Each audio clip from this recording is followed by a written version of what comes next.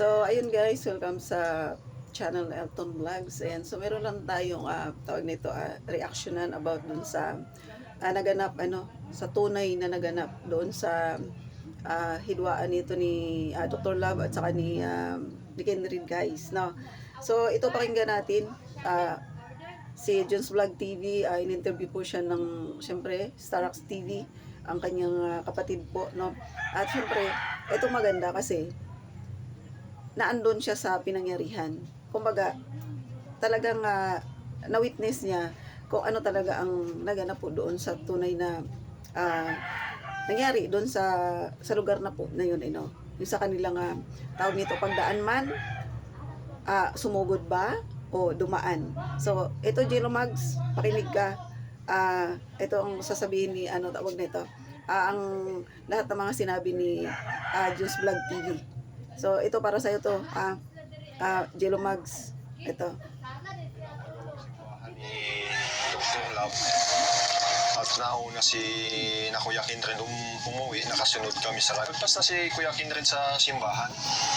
Ayun nga po ay biglang may sumigaw. At ay tumigil si Kuya Kindred sa unahan ng simbahan kasi lagpas na eh. Lagpas na at ayun nga. At nakita ko doon, bumaba si Kuya Kindred at nakita ko din at si Dr. Labay umano din doon sa simbahan. Parang may kinuha siya. Parang arnes, kinuha niya doon sa may lalagyan.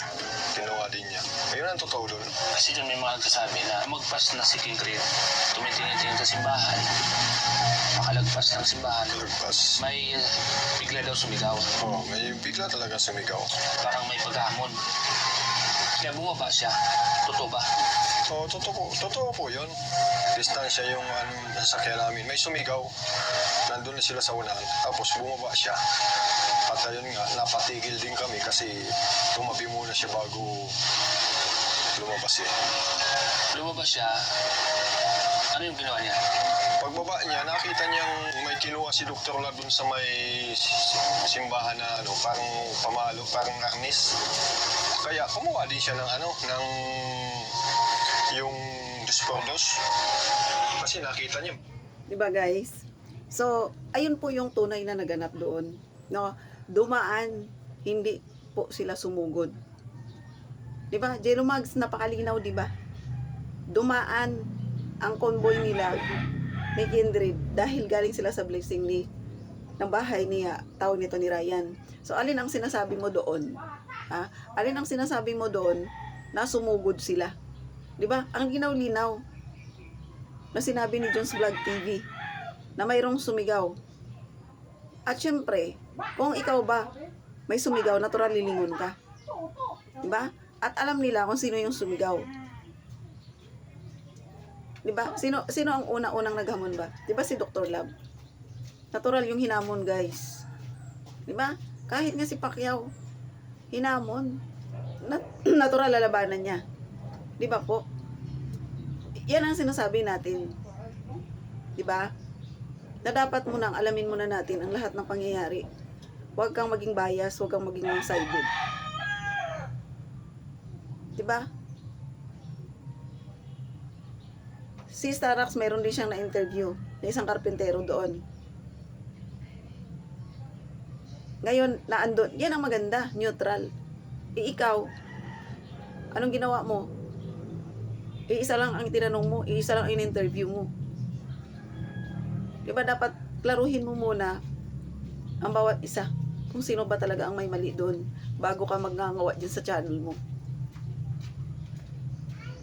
Diba? Eh sinasabi mong neutral, hindi ka neutral doon.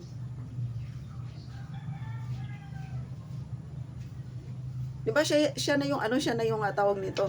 Si Dr. Love na ang naghamon. Diba? Napakatapang niya kasi nga, diba naandun siya sa teritoryo na sinasabi niya na naandun siya sa pinapagawa niyang simbahan. Diba? Kaya magising ka, Jello Mags, no? Magising ka sa katotohanan na yung tropa mo ay may mali. Kung ikaw kaya hamunin, hindi ka ba gagalaw, hindi ka ba kikilos? Diba? Pasalamat ka. Diba? Pasalamat nga sila. Matino pa ang pag-iisip ni Kindred. Diba? Pero kung iniisip niya lang ang sarili niya, at hindi niya iniisip ang pamilya niya, at hindi niya iniisip ang kalingap, diba? Mayroon ng pagkakalagyan pag ganyan. Kaya ikaw, umayos ka sa mga pinagsasabi mo. Diba? Yun ang katotohanan na hindi sila sumugod, dumaan lang sila.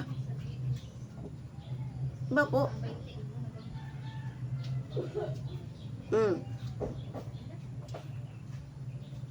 Kaya tayo medyo huwag tayong basta-basta magsasalita, guys, na walang katotohanan yung mga pinagsasabi natin. Alamin mo muna ang bawat isa. 'Di ba? Kung gusto mong mamagitan ka, alamin mo ang bawat isa kung sino ba talaga ang may mali. 'Di ba?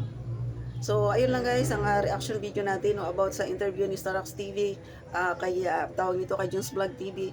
And at syempre pa, maraming salamat, no. Shout out muna tayo sa lahat ng mga Junior dyan, mga kalingap.